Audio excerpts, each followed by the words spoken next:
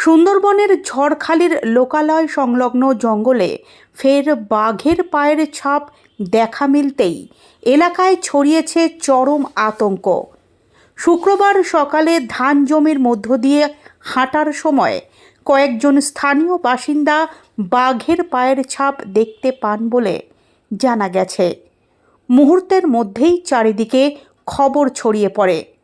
ঘটনার খবর পেয়ে দ্রুত ঘটনাস্থলে পৌঁছয় বন দফতরের কর্মীরা। পাশাপাশি ঝড়খালি কোস্টাল থানার পুলিশও এলাকায় পৌঁছয়। বন দফতর সূত্রে জানানো হয়েছে, পায়ের ছাপ দেখে তদন্ত শুরু হয়েছে এবং জঙ্গলে আদৌ বাঘ রয়েছে কিনা তা নিশ্চিত করার জন্য পর্যবেক্ষণ চালানো হচ্ছে। এদিকে লোকালয়ে ফের বাঘ ঢুকে পড়েছে। এই আশঙ্কায় আতঙ্কিত হয়ে পড়েছেন এলাকার গ্রামবাসীরা। পরিস্থিতি নিয়ন্ত্রণে রাখতে এবং বাঘের গতিবিধি বুঝতে বন দফতরের কর্মীরা এলাকায় নজরদারি শুরু করেছেন। পাশাপাশি সাধারণ মানুষকে সতর্ক থাকার পরামর্শও দেওয়া হয়েছে।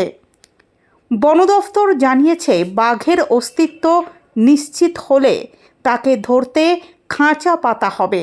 প্রয়োজনে লোকালয় এলাকার চারপাশে নেট লাগিয়ে নিরাপত্তা ব্যবস্থা আরও জোরদার করা হবে। পাশাপাশি শুরু হবে সতর্কতামূলক প্রচার। উল্লেখ্য, সুন্দরবনে প্রায়শই নদী পেরিয়ে ঝড়খালির লোকালয়ে ঢুকে পড়ে রয়্যাল বেঙ্গল টাইগার। পরবর্তীতে বন দফতর খাঁচা পেতে সেই বাঘবন্দি করে ফের জঙ্গলে পাঠায়। বছরের অধিকাংশ সময়ই ঝড়খালির গ্রামবাসীদের সঙ্গে বাঘের এই লুকোচুরি চলতে থাকে। অনেক সময় খাবারের সন্ধানে লোকালয়ে ঢুকে ছাগল, হাঁস, মুরগি শিকার করে বাঘ। কখনো আবার অতর্কিত আক্রমণে আহত হন গ্রামবাসীরাও। বাঘ ধরা না পড়া পর্যন্ত রাতের দিকে বিশেষ সতর্ক থাকার নির্দেশ দেওয়া হয়েছে। আপাতত কয়েকদিন এলাকা জুড়ে বাড়তি নজরদারি থাকবে বলেই জানিয়েছে বন দফতর।